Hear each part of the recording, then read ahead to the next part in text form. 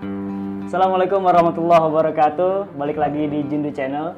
Hari ini masih di segmen yang sama, Jundu Podcast, menghadirkan orang-orang yang hebat, orang-orang luar biasa. Kalau kemarin kita sudah ngobrol-ngobrol sama Ustadz Taki, seorang hafiz Quran 30 juz.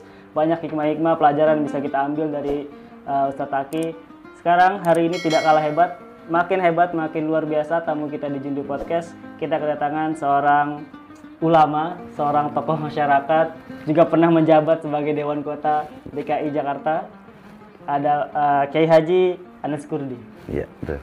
Alhamdulillah, gimana Kiai? Alhamdulillah sehat. Alhamdulillah. Masih pandemi suasananya Kiai? Iya, suasana lagi dalam kondisi wabah, dalam betul. kondisi semacam ini. Betul. Ya, banyak keterbatasan yang harus ya dilakukan oleh kita. Iya, benar. Tapi alhamdulillah sehat semua keluarga. Alhamdulillah. Lingkungan sehat ya Kiai? Betul, betul. Nah, kita bakal berbincang banyak mengenai situasi masyarakat kita ini Kiai. Terkait dengan pandemi, kan pengaruhnya banyak tuh. Ada misalkan masjid mulai ditutup, pengajian mulai berkurang. Itu kan berdampak sama masyarakat sekitar. Kita bakal ngobrol banyak mengenai situasi Indonesia ini, terutama masyarakat kita sekitar terkait dengan pandemi COVID-19 gitu. Nah, baru-baru ini Gubernur kita DKI Jakarta Anies Baswedan menetapkan dalam Keputusan Gubernur nomor 959 nomor 2020 itu memperpanjang PSBB nih Kiai. Oh iya. Sampai tanggal 11 Oktober. Betul. Gimana tuh menurut Kiai sebagai tokoh masyarakat, apakah sebetulnya PSBB ini berdampak baik gitu bagi masyarakat atau mungkin sudah tepat apa belum nih keputusannya Kiai menurut Kiai? Ya. Kalau dalam persoalan PSBB itu kan keterkaitannya banyak pihak.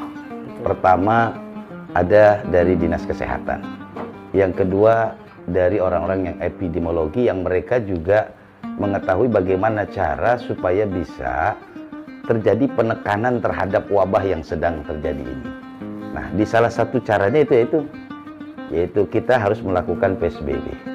Ya, nah, kenapa? Supaya nanti kita menginginkan ini wabah yang terjadi ini terputus. Ya, semua kan pasti akan punya pandangan masing-masing. Kalau dari sisi pemerintah, memang tidak lain dan tidak bukan harus ini yang dikerjakan untuk memutus mata rantai daripada wabah yang memang ya sedang terjadi. Nah, dengan adanya PSBB ini kan bisa termonitoring wilayah-wilayah mana yang mungkin pandeminya agak lumayan naik, wilayah mana yang menurun. Nah, ketika kita bisa tahu kenaikan dari yang terjangkit atau terpapar, nanti kan bisa diambil solusi apa yang bisa diambil. Betul. Nah, apabila daerah terendah, nah bagaimana supaya ditekan supaya tidak terjadi. Nah, tidak lain tidak bukan harus ada pijakan hukum.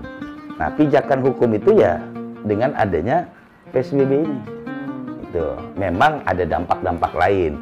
Segala sesuatu keputusan pasti punya. Pasti ada efek samping. Apa saja udah bentuknya, orang makan manis ada efeknya ini. Itu pasti. Tetapi demi memutus mata rantai wabah ini kan perlu ada sebuah kebijakan yang diambil.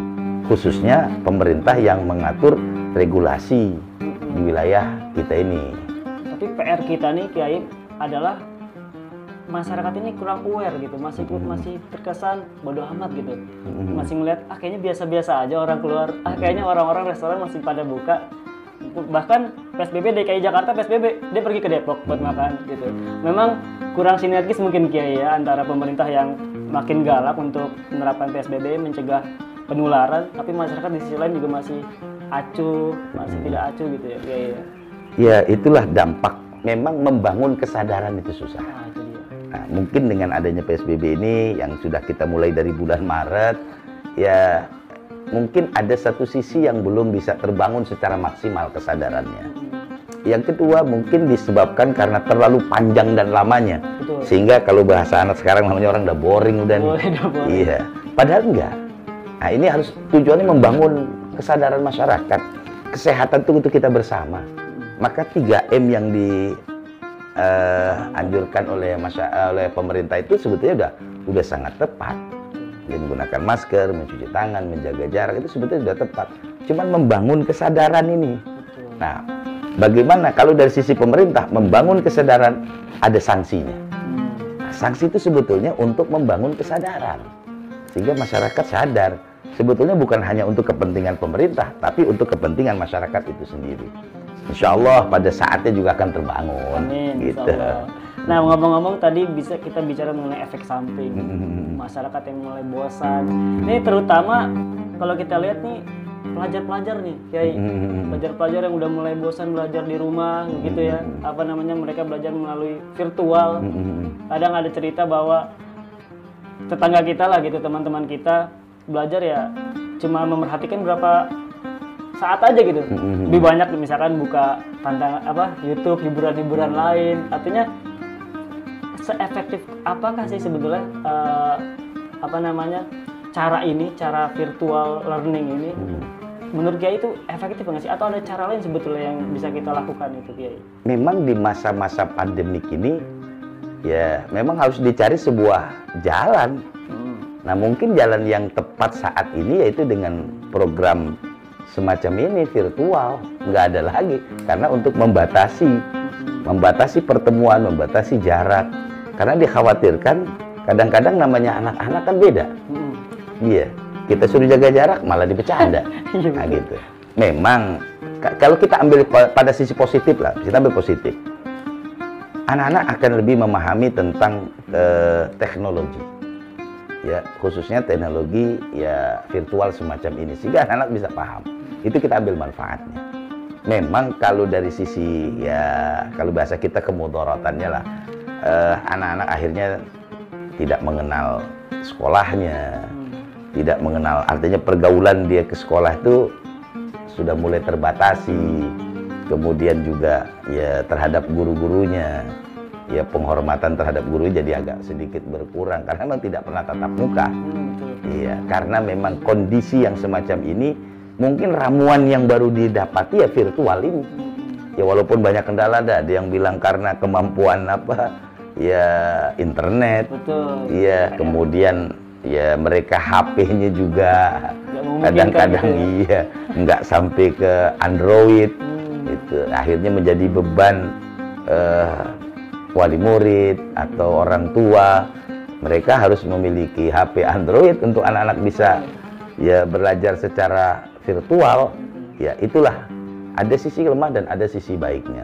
Kalau kita mengambil sisi baiknya, ya kita ambil untuk peningkatan anak-anak terkait dengan kemampuan teknologi yang nanti ke depan ini menjadi sebuah kewajiban bagi anak-anak kita, generasi kita ini, kemampuan dia untuk menguasai teknologi. Nah, kalau mereka tidak menguasai terjun virtual dengan segala macam ini, nanti kita akan keterbelakangan.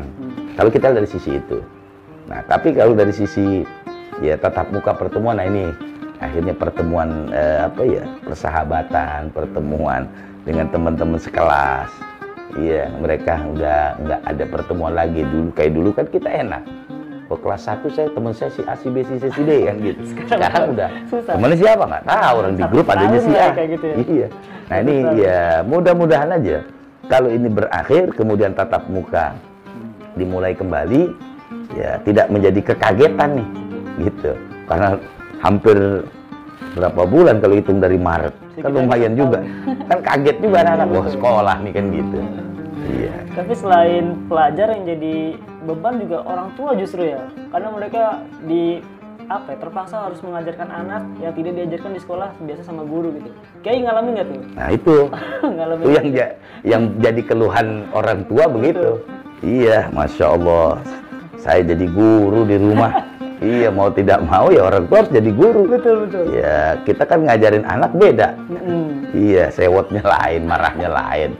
Udah pasti dah akan terjadi emosional yang tinggi. Ya, namanya anak-anak kalau diajarin sama orang tuanya beda dengan gurunya kan gitu. Ya ini diantara dampaknya. Jadi orang-orang tua harus ekstra, kemudian juga harus menyiapkan paket internet gitu. Walaupun mungkin bisa diambil dari dana badan Opbos gitu ya. Ya yang terpenting kalau bagi saya sih, satu, kita ambil hikmahnya aja dulu. Sementara kita ambil hikmahnya. Ya, dengan harapan semua jadi belajar. Orang tua juga memahami betapa berat menjadi seorang guru mengajarkan seorang anak. Iya, kalau orang tua bisa kepalanya bisa pusing, apalagi guru. Sekelas sekian orang banyak, apa dia kagak pusing kan gitu. Nah ini atu aja dia pusing. Nah gimana yang 30? Taruh yang paling sederhana 20 orang. Nah 20 orang itu kan semua karakter nggak ada yang sama. Iya. Itu kalau kita ambil hikmahnya. Memang kalau kita ambil dampak negatifnya begitu. Jadi mau tidak mau, ya khususnya ibu-ibu, bukan laki-laki yang ngajarin. Rata-rata ibu-ibu nih, ya harus bekerja ekstra. Selain dia mengurus rumah tangga, sekarang harus mengajarkan anak-anaknya. Yang kita khawatirkan juga kemampuan orang tua terkait dengan pelajaran anak nggak maksimal. Iya. Oh, saya kagak ngerti nih apaan begini. Bisa jadi kan kita nggak tahu. Jadi, betul. Iya. Nah, selain pendidikan formal, pendidikan di luar khususnya kan kiai ini banyak berkecimpung di dunia majelis taklim, pendidikan agama di kampung-kampung. Sekarang kan udah mulai, ya banyaklah pendidikan majelis taklim yang tutup sementara gitu bahasanya. Itu gimana tuh menurut kiai? Apakah tepat kita menutup pembelajaran agama yang bahkan ya anak-anak nih di formal udah nggak ketemu nih sama gurunya? Harapan mereka ya cuma pendidikan di kampung mereka, pendidikan agama, tapi sekarang justru dibatasi juga karena menghindari kerumunan segala macam. Itu gimana tuh kiai itu? Nah, kita kan ada pijakannya, yaitu fatwa MUI. Ketika kita berpijak pada fatwa MUI yang menyatakan bahwa kalau masih zona hijau dan kuning, masih dipersilahkan pertemuannya. Nah, yang penting itu, kita jadi dasar kita adalah bagaimana MUI yang memberikan fatwa. Bahwa ketika daerah itu hijau, silahkan kegiatan-kegiatan masjid, kegiatan keagamaan, taklim tetap berjalan. Cuman harus memperhatikan protokol kesehatan. Bahasa yang paling umum sekarang protokol kesehatan, semua ceritanya protokol kesehatan. Walaupun dia nggak paham apa sih protokol, nggak tahu udah urusannya. Pokoknya ceritanya protokol kesehatan aja dah gitu. Masker gitu lah. Iya. Memang sih sebetulnya ini harus digerakkan. Majelis taklim, ya. Karena ketika orang muncul kejenuhan, tidak lain dan tidak bukan ya tempatnya itu adalah taklim. Al ilmu nurun, cahaya, ilmu itu adalah sebagai cahaya. Lah kalau cahayanya kita matikan, akan muncul berbagai macam kegelapan. Udah di rumahnya sumpek, nggak ada apa, lampunya nggak nyala lagi, artinya taklimnya nggak diterangin lagi. Nah ini makanya kan kita sebagai tenaga pengajar yang mengajarkan masyarakat terkait dengan ilmu-ilmu agama di masjid, di musola atau di majelis taklim, kita pun juga memberikan pengertian. Karena dengan dibukanya majelis taklim, dibukanya pendidikan non formal, nah itu kan menjadi sebuah wadah buat kita memberikan informasi terkait dengan wabah. Kemudian kita padukan dengan ajaran agama Islam, bagaimana cara kita menangani wabah dalam perspektif ajaran agama Islam, dalam ajaran agama kita. Nah kalau mereka nggak ngaji, nggak apa, kan susah. Iya, hanya dengan melalui media televisi, tidak semua orang nonton TV. Kadang-kadang orang nonton TV kan milih-milih. Ah berita, males ah, gitu. Saya mau nontonnya drama aja dah, saya mau nontonnya musik aja, saya nonton macam-macam kan gitu. Nah makanya kan saya sering katakan kepada teman-teman yang ikut andil dalam belajar mengajar di majelis taklim, selain kita memahami tentang ilmu agama yang kita ajarkan kepada masyarakat, kita juga mengetahui tentang yang wabah terjadi ini, baik bagaimana terjadinya, bagaimana cara penangkalannya, kemudian undang-undangnya, kemudian bagaimana kasaran pemerintah. Nah, agar supaya ini bisa klop. Walaupun di zaman Rasulullah dulu kan pernah terjadi wabah itu, sehingga Rasulullah membuat benteng gitu, ta'un namanya. Kemudian di zaman sahabat lebih parah lagi, terjadi juga wabah ya, tetapi kan tidak istilah bahasa keras itu di lockdown, tidak pengetatan. Artinya pengetatan lockdown itu kepada wilayah-wilayah yang terpapar aja pada zaman itu. Wilayah yang tidak terpapar biasa terbuka. Nah, bagi yang terpapar tidak masuk ke wilayah yang tidak terpapar. Yang tidak terpapar jangan memasuki wilayah yang terpapar. Nah, itu dalam konsep yang diajarkan oleh Nabi ketika terjadi wabah di Madinah saat itu. Nah, di zaman sahabat, sehingga sahabat Mu'az bin Jabal itu wafat juga terkena wabah. Dimana ternyata zaman Rasul itu udah ada wabah. Ada wabah. Dan kita bisa pelajari bahwa lockdown, konsep lockdown ada juga dulu ya. Dalam Islam sudah mengajar, cuman beda bahasa gitu aja. Konsepnya pun di sana waktu itu bangun benteng. Iya, benteng dibangun. apa namanya peraturan pun itu sebagai benteng Iya, sebetulnya. sama sebetulnya beda. Ya beda kalau kemarin karena mungkin orangnya juga tidak terlalu banyak dan tidak mendunia kan gitu. Nah, makanya cukup dibangun benteng. Benteng itu sebetulnya membatasi antara yang terkena wabah dengan yang tidak terkena wabah. Iya. Nah, tapi kalau yang agak besar itu memang di zaman sahabat hampir 50.000 orang.